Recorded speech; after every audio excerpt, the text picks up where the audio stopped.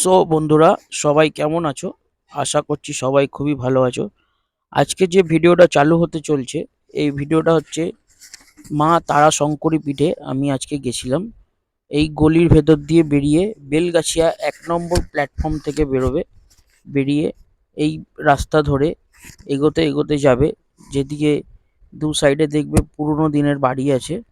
এই বাড়িগুলো ভাববে না যে হন্টেড হাউস, এগুলো হচ্ছে অ্যাকচুয়ালি হচ্ছে রেলের কোয়ার্টার। তো তার মাঝখান দিয়ে এই যে রাস্তা দেখো, আর দু সাইডে যেন মানে তোমরা একটু দেখলে হয়তো ভয় লাগবে, কিন্তু কোনো ভয়ের ব্যাপার নেই। মায়ের নাম করে এগিয়ে যাবে, দু সাইডে দেখতে পাবে লাল রঙের বাড়ি আছে। এই বাড়িগুলো রেলের কোয়ার্টার। তো তার মাঝখান দিয়ে আমি হেঁটে হেঁটে যাচ্ছি। এই ডান সাইডে ঘুরলেই এই বাড়িটা দেখতে পাবে, ইটের পুরো আগেকার দিনের বাড়ি। আর সামনে এই গাছটা, আর বাদিকে ঘুরলেই মায়ের ওই চূড়া দেখা যাচ্ছে। মা তারাশঙ্করী পীঠের সামনে আমি চলে এসেছি। চলো আজকে মা তারাশঙ্করী পীঠে পুরো যে তার যে যা যা ঘটনা, কিভাবে মা তারাশঙ্করী ওখানে মানে আবির্ভাব হয়েছে, তার কিছু কথা তোমাদের সামনে তুলে ধরবো। আর এই মন্দিরে আমি প্রবেশ করে তার ওপরিভাগে আমি চলে গেছি। বাবা মহাকালের পুজো শুরু হবে, তাই বাবাকে রেডি করা হচ্ছে। বেশ সুন্দর মনোরম পরিবেশের মধ্যে দিয়ে খুবই ভালো লাগছিল। ওপরে যখন আমি দাঁড়িয়েছিলাম, ধূপকাঠি জ্বালানো আছে, বাবাকে তখনও সাজানো হচ্ছে। আর কিছুক্ষণের মধ্যেই মায়ের আরতি, বাবার আরতি শুরু হবে। এই দেখতে পাচ্ছ এই বড় এই ঢোল, ওদিকে ঢাক, এবং এখানকার মূল বৈশিষ্ট্য হচ্ছে বাবাকে এখানে ডুমরু বাজিয়ে বাবার আরতি শুরু হয়। তো চলো আরতিটা দেখা যাক। এখনো রেডি চলছে বাবার জন্য। ওখানে ভীষণ মানে অনেকগুলো প্রদীপও ধরানো হচ্ছে। তো প্রদীপ প্রজ্বলিত হয়ে গেলে আর কিছুক্ষণের মধ্যেই বাবার আরতি শুরু হবে। দেখো প্রদীপগুলো সারি সারিভাবে সাজানো হয়ে গেছে প্রায়। ওখানকার ঠাকুর মশাইরা এত ভালো, তাদের ব্যবহার খুবই আমার ভালো লেগেছে এবং আমাকে খুবই মুগ্ধ করেছে। চলো এবারে বাবার আরতি শুরু হচ্ছে, তোমাদের দেখাই।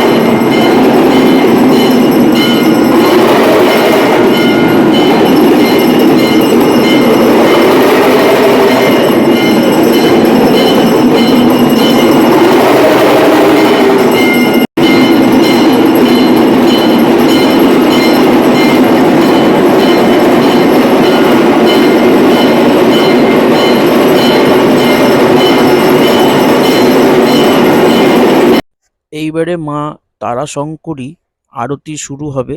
তার আগে তোমাদের দেখে দিই মা কি কি রূপে এখানে আবির্ভূত। মা তারাশঙ্করী মন্দিরে মা যে কটা রূপে আবির্ভূত, তার কিছু প্রদর্শন এখানে তুলে ধরা রয়েছে, যেমন ছিন্নমস্তা, ভৈরবী, মা কালী, মা তারা এবং ইত্যাদি। এইখানে মূল বৈশিষ্ট্য যেটা জানবো, পার্থরায় মৌলিক মায়ের যে মেন সেবায়েত বা মায়ের যে দাস, মায়ের যে দৈনিক পুজো করে আসে, তার সঙ্গে তোমাদের আলাপও করিয়ে দেবো এবং তার মুখ দিয়ে শুনে নেবো মায়ের কিছু কথা। চলো তার সাথে এবার কথা বলে নেওয়া যাক। সো বন্ধুরা, আমি এই মুহূর্তে পার্থ রায় মৌলিক, যিনি মন্দিরের সেবায়েত, তো আমি তাকে পেয়ে গেছি। তো কিছু কথা আমি একটু শুনে নেব। আচ্ছা, বলুন আপনি এবারে যে মায়ের যে তারা শঙ্করী যে রূপ, এই রূপটা মানে কিভাবে এসছে? এটা প্রায় আমার জন্মেরও আগে এখানে যিনি সাধক প্রতিষ্ঠিত করেছিলেন যোগীরাজ পরেশচন্দ্র রায় মৌলিক, হ্যাঁ, এবং যোগমাতা অঞ্জলি রায় মৌলিক, এরা দুইজনেই সাধক সাধিকা ছিলেন। এটা সাধনপীঠ। এরা মায়ের এই রূপে, 3 রূপে মাকে এই প্রতিষ্ঠা করে এখানে আছেন ইনি, 3 রূপে। এক জটা, নীল ও সরস্বতী, অকুব্য ভৈরব। আর তার এই কনসেপ্টে আছে না বিষ্ণু ভগবান যশ মাধব, আমাদের ধামরায় যশ মাধব বলে, হ্যাঁ, এই মূর্তি বাংলাদেশের মূর্তি। এখানে বাবা 1 কোটি তুলসী দিয়ে বাবা প্রতিষ্ঠিত করেছিলেন, হ্যাঁ, 72 সালে। আর আছে তার উপরে আছে কাল ভৈরব। কাল ভৈরব এই পশ্চিমবঙ্গে মধ্যে 2টি জায়গায় আছে, এক নেপাল, প্রথম নেপাল, দ্বিতীয়ত তারাশঙ্করী পীঠে এই মহাকালের মূর্তি। আর সব জায়গায় আছে শিবলিঙ্গ হিসাবে, উজ্জয়নী বলুন, যেখানেই বলুন, কাল ভৈরবকে শিবলিঙ্গ হিসাবে দেখা হয়, মূর্তি হিসাবে। হ্যাঁ, এই পৃথিবীর 2 জায়গায়, আরও অনেক জায়গায় হলেও হতে পারে, আমার জানা নেই, তবে এই পৃথিবীর 2 জায়গায় এই মূর্তি হিসাবে রয়েছে। আর যেহেতু আমি তারা আমার এখানে বাবা মা সাধক, এটা সাধন ভূমি, এখানে তারা সাধক করে গেছে এবং এটাকে সাধন বনি হিসাবে তারাশঙ্করী পীঠ হিসেবে পরিচিত। আচ্ছা, আমি যখন মন্দিরে প্রবেশ করি, ওপরিভাগে বাবা মহাকাল যে বিরাজ করছেন তার সম্বন্ধে যদি 2-4 কথা বলেন। কাল ভৈরব কাল অর্থাৎ শূন্য। কাল বলতে বহু বোঝায়। প্রকৃতি অ্যান্ড পুরুষ তত্ত্ব তো বলা যাবে না, যেহেতু তত্ত্ব কেউ বোঝে না বাবা, তা তত্ত্বর এখানে কথা বলা যাবে না। এখানে প্রকৃতি অ্যান্ড পুরুষ হিসেবে কাল ভৈরবকে দেখানো, রূপ হিসেবে তাকে বর্ণনা করা। যখন ব্রহ্মার 4র্থ মুখ দিয়ে যখন সৃষ্টি হয়েছিল, তখনই কাল ধরেছিল। তা কালের ব্যাখ্যা অত চট করে বলা সম্ভব নয়, হ্যাঁ, কেন সাধন মানুষ বুঝবে না, এটা একমাত্র সাধনের ক্ষেত্রে এটা। এইটুকুনি আমি এই ছাড়া আমি মহাকাল তত্ত্ব আমি বলতে পারবো না। আমার এর ব্যাখ্যাও আপনারা বললেও বুঝবেন না, এটা বিশাল বড়। যেমন কালী অর্থাৎ অনেক, তা কালীকে চেনা সাধারণ মানুষের ক্ষেত্রে আমাদের মতন সাধারণ মানুষ চিনতে পারবে না। কেউ বলে মায়ের পুজো করে, তারা পুজো করে, পুজো সবাই করতে পারে, সাধন আলাদা। সাধন এনারাই প্রতিষ্ঠিত করেছেন, আর তত্ত্ব এনারাও কাউকে বলতে না। তত্ত্বর বাবা গোপন, তত্ত্ব জিনিসটা আলাদা। আচ্ছা, তার নিচস্থলে যিনি মানে বিরাজমান, তার সম্বন্ধে 2-4 কথা যদি একটু বলে দেন।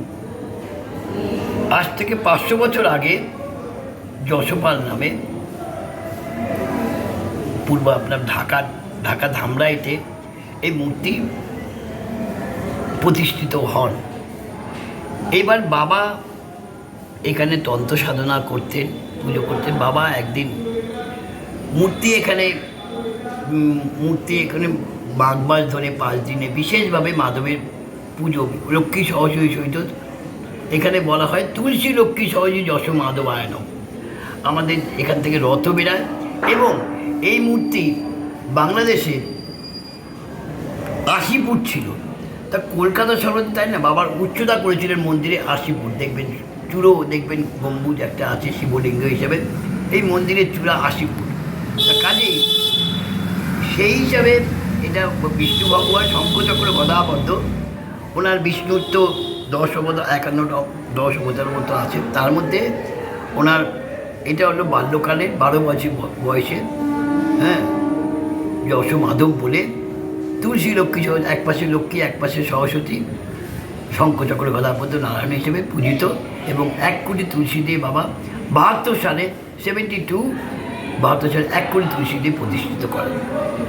আর এর ব্যাখ্যা অনেক বলতে গেলে বহু কথা চলে আসে, সাধকের কথা বহু চলে আসতে হবে। তার জন্য জানতে গেলে একটু মন্দিরে আসতে হবে।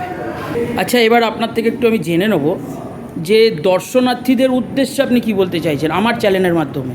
দর্শনার্থী উদ্দেশ্য হলো এই মন্দির বড় গুহ্য ছিলেন এবং এটা সাধনপীঠ, তো এটা বাবা একটা সময় প্রচার চেতনা, যেহেতু এখন ইউটিউব মাধ্যমে হয়ে গেছে, যেহেতু খুব একটু এন্ডে ভেতরের দিকে, তাই জন্য অনেক রথ বেরাবার পর প্রচার হয়েছে। তা এখানে আসলে আপনি মন্দির সম্বন্ধে বিবরণ জানতে পারবেন এবং অনেক কিছু শুনতে পারবেন, দেখতে পারবেন এবং ফিল করতে পারবেন। এর বেশি কিছু বলার আমার নেই। ধন্যবাদ আপনাকে এই মূল্যবান সময়টা দেওয়ার জন্য। আপনার কাছে আমার কোটি কোটি প্রণাম, মায়ের কাছে শত কোটি প্রণাম। তো মায়ের কাছে প্রণাম জানালেই সব হবে। আমার একদম। না, আমি এখানে সেবায়িত হিসাবে রয়েছি। আপনি তার মায়ের দাস সেবায় হিসেবে। নিয়োজিত সবসময়। হ্যাঁ, আমি তার দাস হিসাবে রয়েছি। একদম।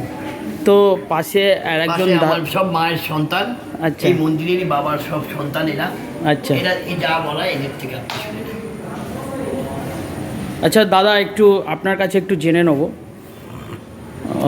একটু যদি মন্দির সম্বন্ধে আপনার ভেতর দিয়ে যা দু চার কথা একটু বললে খুব ভালো লাগবে। একটু দেখুন, আপনার নামটা একটু বলবেন? হ্যাঁ, আমার নাম তপজিৎ ঘোষ। আচ্ছা। দেখুন, মন্দির সম্বন্ধে আমার বলার এত বড় ক্ষমতা আমার হয়নি। উনি যেটা বললেন সব কিছুই ঠিক বললেন। আমি সবার উদ্দেশ্যে এটুকু বলতে পারি, জীবনে একবার এই মন্দিরে যদি সুযোগ হয় এসে ঘুরে যাবেন। আর এর থেকে আমার আর বেশি কিছু বলার নেই। ধন্যবাদ দাদা, তাহলেই উপকৃত এইটুকুনি হবো। বলার জন্য অনেক ধন্যবাদ ধন্যবাদ। আর মূল্যবান সময় দেওয়ার কোনো জন্য। মূল্যবান সময় না, আমরা সময়ের পুজো করি। অতএব আমাদের কাছে সময়ের মূল্য এত বেশি, এটাকে বলে ব্যক্ত করতে পারবো না, ছোট করব না। তাই বলি, কাউকে বলবেন না মূল্যবান সময় নষ্ট করলেন। না, এটা আমি আপনাকে আমার ভালোবেসে বললাম। না, ঠিক আছে। अकाल मृत्यु वो मरे जो काम करे चंडाल का, काल भी उसे क्या करे जो भक्त है महाकाल का। জয় মহাকাল। এবং চ্যানেলটা অবশ্যই সাবস্ক্রাইব করে রাখবে যাতে পরবর্তী ভিডিও তোমাদের সামনে তুলে ধরতে পারি। জয় মা তারা শঙ্করীর জয়।